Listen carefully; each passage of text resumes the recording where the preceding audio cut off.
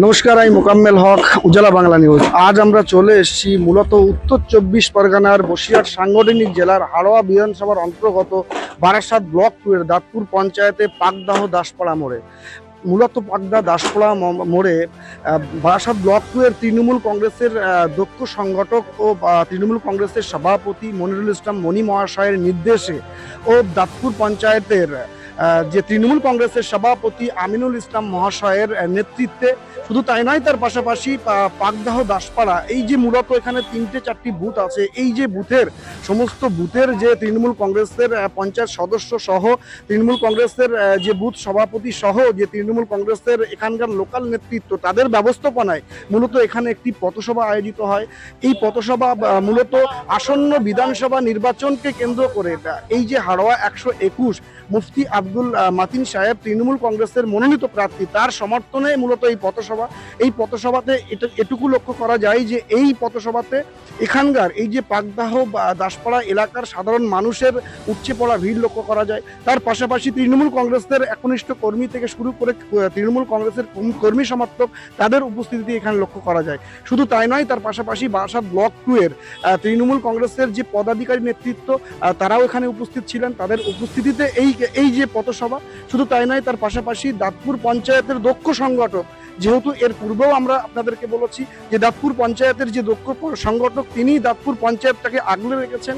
শুধু তাই নয়, তার পাশাপাশি হাড়োয়া বিধানসভার মধ্যে যে 13টি পঞ্চায়েত আছে, তার মধ্যে দাঁতপুর পঞ্চায়েত অত্যন্ত ভাইটাল একটা পঞ্চায়েত। এই পঞ্চায়েত থেকে মূল একটা ভালো লিড চলে যায়। শুধু তাই নয়, বিগত উপনির্বাচনে আমরা দেখেছি এই দাঁতপুর পঞ্চায়েত থেকে সর্বাধিক লিড দেওয়া হয়েছিল হাড়োয়া বিধানসভায়। এই যে দাসপাড়া মোড়ে যে পথসভা, সেই পথসভা থেকে উজালা বাংলা নিউজের পর্দায় আপনাদের দেখানোর চেষ্টা করব যে পথসভা শেষে এখানকার যে নেতৃত্ব, তারা কি বলেছেন। শুধু তাই নয়, বিশেষ করে দাঁতপুর পঞ্চায়েতের উপপ্রধান ও বিশিষ্ট সমাজসেবী আব্দুল হাই মহাশয়, তিনি সাংবাদিকদের মুখোমুখি হয়ে কি বলেছেন সেটা আপনাদের দেখাবো। তার পাশাপাশি বারাসাত ব্লক 2 এর আইএনটিটিউসির সভাপতি আব্দুর রউফ মহাশয়, তিনি কি বলেছেন সেটাও আপনাদেরকে দেখাবো। সরাসরি আসুন।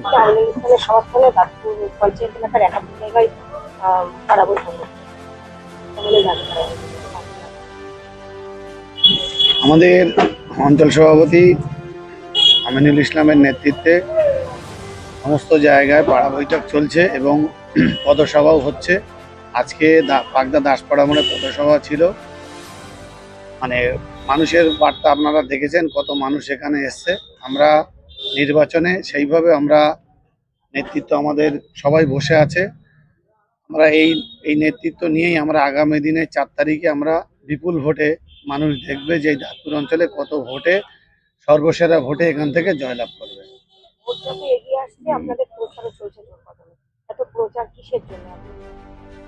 আমাদের বাংলার মুখ্যমন্ত্রী মমতা ব্যানার্জি সর্বরাজ্য জুড়ে প্রচার চালাচ্ছে, পশ্চিমবঙ্গ জুড়ে, এবং মাননীয় সাংসদ অভিষেক বন্দ্যোপাধ্যায় সারা রাজ্য জুড়ে প্রচার চালাচ্ছে।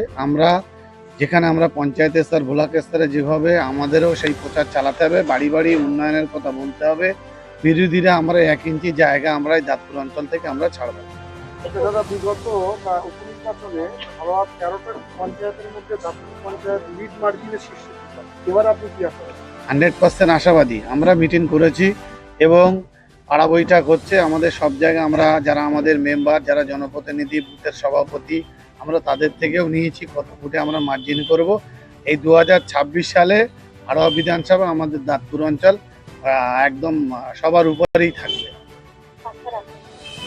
আমরা মানুষের কাছে আশা রাখবো, সকল মানুষ আমাদের বাংলার মুখ্যমন্ত্রী মমতা ব্যানার্জির যে উন্নয়ন বাড়ি বাড়ি পৌঁছেছে, আমরা সেখানে আশা করব সমস্ত মানুষ তৃণমূল কংগ্রেসকেই ভোট দেবে এবং ব্যাপকভাবে জয়লাভ হবে, সর্বরাজ্য জুড়ে জয়লাভ হবে।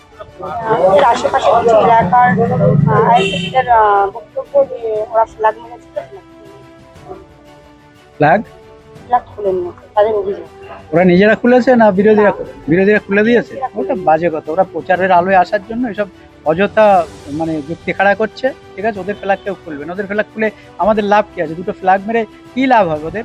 কি হয়তো 20-50টা একটা বুথে ভোট পেতে পারে, এছাড়া ওরা কোনো কিছুই পাবে না।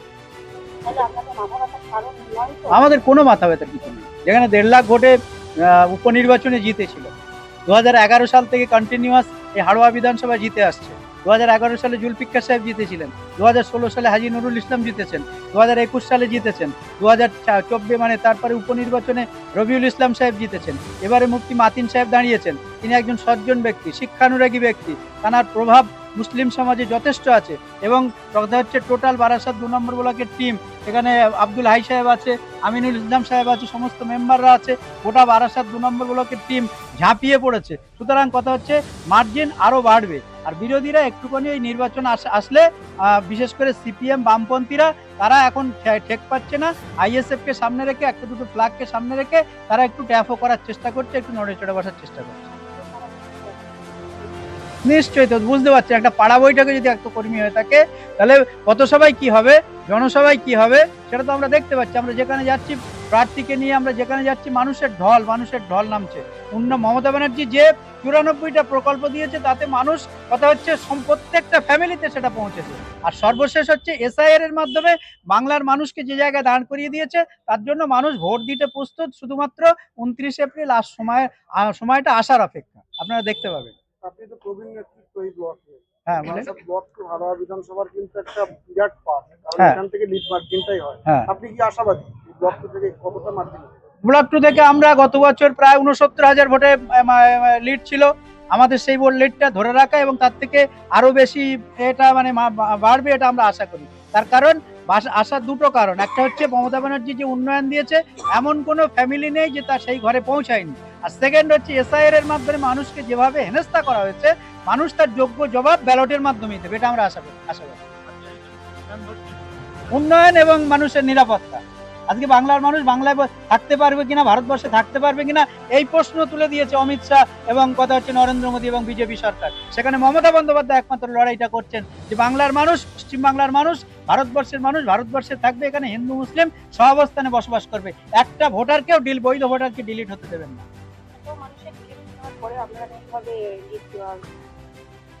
আমরা তো মানে সেটাই বলতে চাইছি যে কথা হচ্ছে যে পার্সেন্টেজ ওরা ডিলিট করেছে তার থেকেও বেশি মানে ভোট আমাদের বাক্সে আসবে। তার কারণ যে ভোটটা সিপিএম এ যেত, যে ভোটটা অন্যদিকে কনভার্ট হতো, সেই ভোটটা সেদিকেও যাবে না। এখন সেই ভোটটা সব তৃণমূলের বাক্সে আসবে, মমতা ব্যানার্জির বাক্সে আসবে।